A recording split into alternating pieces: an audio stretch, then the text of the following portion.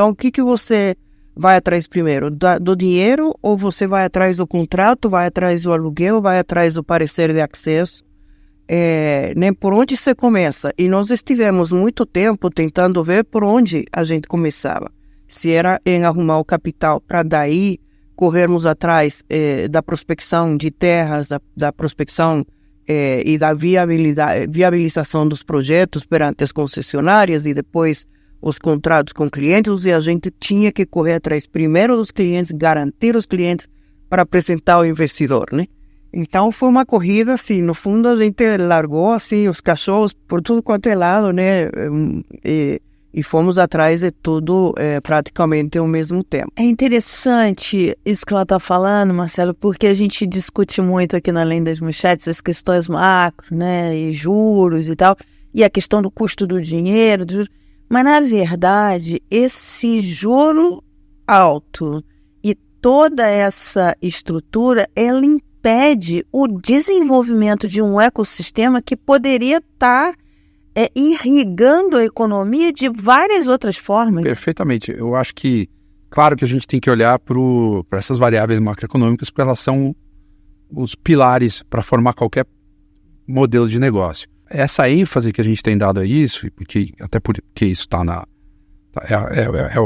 são os tópicos é o tópico do momento, às vezes tira o foco das questões que estão presentes há muito tempo no Brasil e que são de fato entraves ao investimento. Não é só o macro que explica, o macro fora do lugar que explica o investimento baixo no Brasil. Você tem toda uma falhas regulatórias de modelos que são alterados no meio do jogo ou que na verdade não contemplam, não oferecem segurança necessária para o investimento. Tem a questão das incertezas jurídicas e por aí vai. Então tem toda uma agenda microeconômica, quando a gente pensa em aumentar a taxa de investimento no Brasil, que tem que ser encaminhada em paralelo com a solução das grandes questões macroeconômicas, que é o que ela está elucidando aqui para a gente, especificamente no exemplo, na dificuldade que ela enfrentou. Né? Você vê que ela falando, eu fico aqui pensando, você tem ali as pontas, o cara que tem a terra, a necessidade da energia, o momento de transformação para energia renovável, enfim, energia limpa. É difícil ligar essas pontas. Como é difícil? E elas estão aí, e o Brasil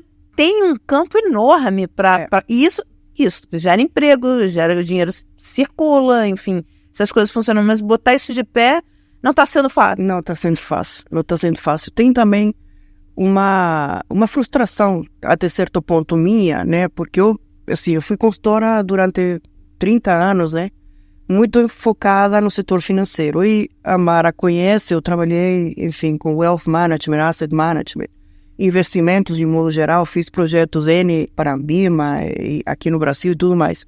E eu não me conformo com a baixa capacidade, todo esse contexto eu entendo perfeitamente, mas há uma capacidade muito baixa de criação de produto do lado da indústria. Da indústria financeira. Existindo essas dificuldades, então abraça a dificuldade e vamos encontrar soluções diferentes e modos de fazer diferentes. E essa foi outra grande dificuldade, arrumar o parceiro do lado da indústria financeira que entendesse as dificuldades e que dissesse, eu vou fazer de um modo diferente, eu vou fazer com que possamos sair do outro lado. Criar o veículo de investimento. Criar vamos dizer assim, as respostas para dúvidas que existiam na cabeça. Uma coisa muito simples, como, por exemplo, as garantias da operação, né? Que, no final, qual é a garantia de uma operação dessas? O investidor anjo, que está nos Estados Unidos, que já se posicionou porque o brasileiro não queria, porque não entende, né? Não tem educação. Ele já tinha uma educação pró-sustentabilidade já muito mais evoluída que o próprio brasileiro. Então, disse, e eu, uma pessoa também, né, com patrimônio, e que quis devolver para a sociedade, né, aquilo que a sociedade, de um modo, lhe ofereceu. Essa cultura é muito interessante, porque é uma cultura muito forte nos Estados Unidos. Né? Penso de sense of community. Exatamente isso eu mencionei para a Mara. Eu falei, Mara, a palavra mais frequente que eu escuto nos Estados Unidos, desde que eu estou lá, é comunidade. E se eu não coloco no meu currículo ou no meu discurso, quando eu me apresento, que eu faço alguma coisa para uma comunidade, eu não sou tão bem visto. É impressionante isso. E você veja o posicionamento até filosófico daquela sociedade em relação ao que significa a comunidade. Não passa pelo Estado, né? Isso é uma coisa que está incutida no indivíduo. Está incutido dentro dos valores, né? Valores já. Você não exige... Os valores dos pais. Né? Exatamente. Então, esse é um elemento muito forte. E depois, essa capacidade de sair da caixa, de sair do quadradinho. De inovar. E assim, nos aspectos mais macro, mas também nos micro. Então, as dificuldades que a gente tem enfrentado, por exemplo, para notarizar os documentos que precisam ser notarizados, porque a gente está desenvolvendo oficinas em 7 estados brasileiros e em regiões muito remotas. Mesmo com a digitalização dos cartórios? Alguns não estão ainda digitalizados. Então, assim, tem sido realmente...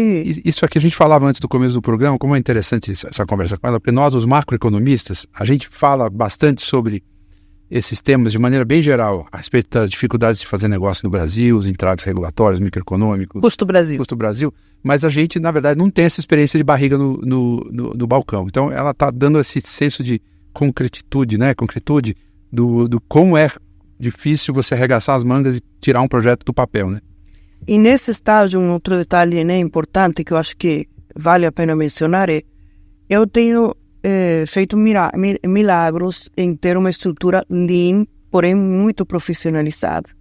Eu tenho tido a grande sorte de vender a ideia para uma série de parceiros, empresas com belos nomes, que têm contribuído e trabalham todos na base do sucesso dos projetos.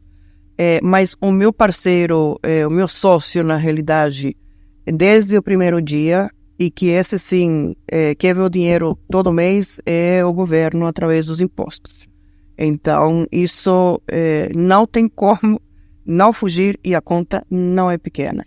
Agora, olha que interessante isso, né? Na verdade, o que você está falando é que essa estrutura, ela tem problemas no Estado, ela tem problemas no investidor, isso. E ela tem problema na indústria, que também não tem, quer dizer, e para a indústria não ter o produto é porque não é motivada isso também, né?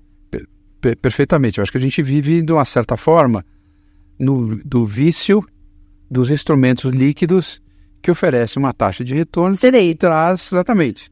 E toda a gama de produtos que são indiretamente ou diretamente atrelados à cultura do CDI. Então é a cultura do CDI que se instalou e que fez a indústria e o investidor se acomodar, porque no final das contas é muito confortável. Agora, o efeito colateral disso é que as oportunidades passam, o país não cresce. Exatamente. O país não se desenvolve. E mais, nos Estados Unidos a gente viu isso muito na questão das dot-coms, enfim. Você tem essa cultura de que, olha, para o investidor, para o trabalhador até, eu lembro que vi várias matérias de pessoas que foram trabalhar em projeto. Teve uma que chamou muita atenção, saiu no Wall Street Journal.